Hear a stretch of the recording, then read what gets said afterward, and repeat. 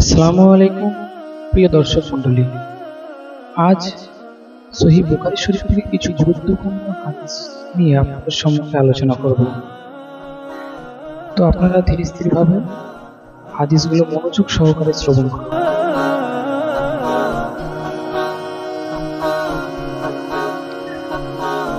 আনাস ইবনে মালিক রাদিয়াল্লাহু তাআলা আনহু থেকে বর্ণিত, তিনি বলেন, আবু যার রাদিয়াল্লাহু তাআলা আনহু রাসূলুল্লাহ সাল্লাল্লাহু আলাইহি ওয়াসাল্লাম হতে বর্ণনা করেন যে তিনি বলেছেন, আমি মক্কায় থাকা অবস্থায় আমার গৃহের ছাদ উন্মুক্ত করা হলো। অতঃপর জিবরিল আলাইহিস সালাম অবতীর্ণ হয়ে আমার বক্ষ বিদীর্ণ করলেন আর যা জমজমের পানি দ্বারা ধৌত করলেন। অতঃপর হিকমত ও ঈমানে ভর্তি একটি সোনার পাত্র নিয়ে আসলেন এবং তা আমার বুকের মধ্যে ঢেলে দিয়ে বন্ধ করে দিলেন। অতঃপর হাত ধরে আমাকে দুনিয়ার আকাশের দিকে নিয়ে চললেন। পরে যখন দুনিয়ার আকাশে আসলাম, জিবরাইল আলাইহিস সালাম আসমানের রক্ষককে বললেন, দরজা খোলো। আসমানের রক্ষক বললেন, কে আপনি? জিবরিল আলাইহিস সালাম বললেন, আমি জিবরিল আলাইহিস সালাম। আকাশের রক্ষক বললেন, আপনার সঙ্গে কেউ রয়েছেন কি? জিবরিল বললেন, হ্যাঁ, মুহাম্মদ সাল্লাল্লাহু আলাইহি ওয়াসাল্লাম রয়েছেন। অতঃপর রক্ষক বললেন, তাকে কি ডাকা হয়েছে? জিবরিল আলাইহিস সালাম বললেন, হ্যাঁ।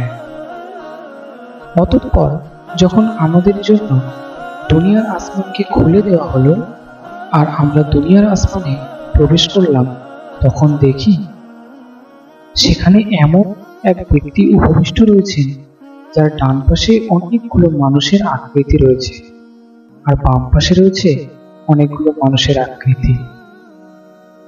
যখন তিনি ডান দিকে তাকাচ্ছেন হেসে উঠছেন আর যখন বাম দিকে তাকাচ্ছেন তখন কাঁদছেন।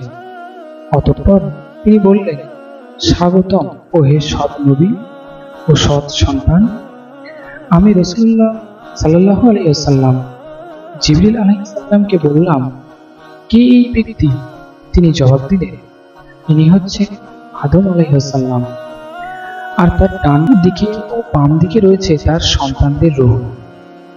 তার মধ্যে ডান দিকের লোকেরা জান্নাতি আর বাম দিকের লোকেরা জাহান্নামী। ফলে তিনি যখন ডান দিকে তাকান তখন হাসেন আর যখন বাম দিকে তাকান তখন কাঁদেন। অতঃপর জিবরিল আলাইহিস সালাম আমাকে নিয়ে দ্বিতীয় আসমানে উঠলেন। অতঃপর তার রক্ষককে বললেন, দরজা খোলো। তখন এর রক্ষক প্রথম রক্ষকের মতোই প্রশ্ন করলেন। তারপর দরজা খুলে দেওয়া হলো।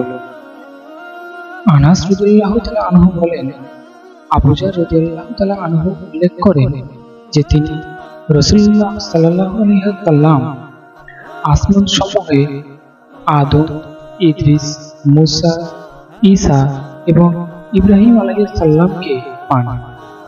কিন্তু আবু যার রাদিয়াল্লাহু তাআলা আনহু তাদের স্থান সমূহ নির্দিষ্টভাবে উল্লেখ করেননি, তবে এতটুকু উল্লেখ করেছেন যে তিনি আদম আলাইহিস সালামকে দুনিয়ার আকাশে এবং ইব্রাহিম আলাইহিস সালামকে ষষ্ঠ আসমানে পান। আনাস রাদিয়াল্লাহু তাআলা আনহু বলেন, জিবরিল আলাইহিস সালাম যখন নবী সাল্লাল্লাহু আলাইহি ওয়াসাল্লামকে নিয়ে ইদ্রিস আলাইহিস সালামের নিকট দিয়ে অতিক্রম করেন, তখন ইদ্রিস আলাইহিস সালাম বলেন, মারহাবা ও হে সৎ ভাই ও পুণ্যবান নবী।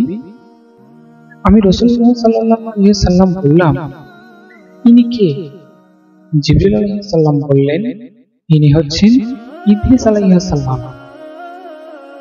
অতঃপর আমি মুসা আলাইহিস সালামের নিকট দিয়ে অতিক্রম করাকালে তিনি বলেন, মারহাবা হে সৎ নবী ও পুণ্যবান ভাই। আমি বললাম, ইনি কে? জিবরিল আলাইহিস সালাম বললেন, ইনি মুসা আলাইহিস সালাম।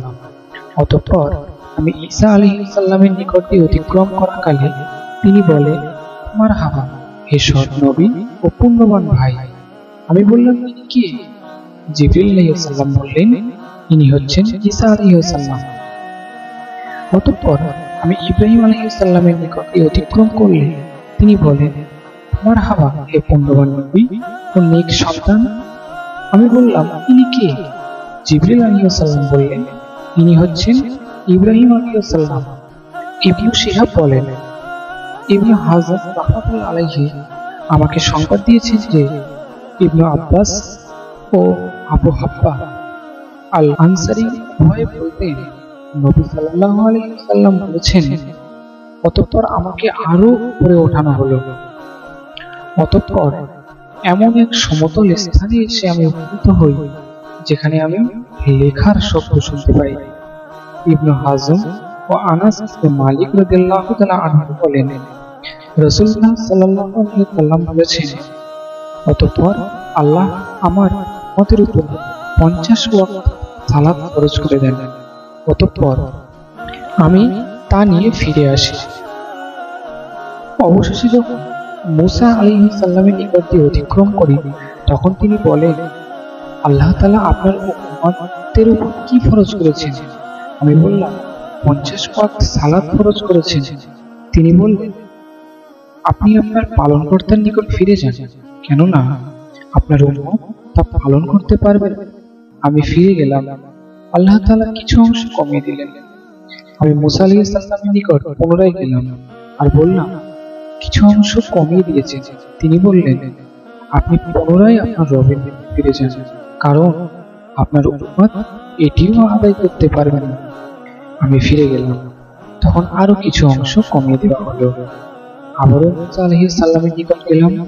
এবারও তিনি বললেন, আপনি পুনরায় আপনার প্রতিপালকের নিকট যান, কারণ আপনার উম্মত এটিও আদায় করতে সক্ষম হবে না।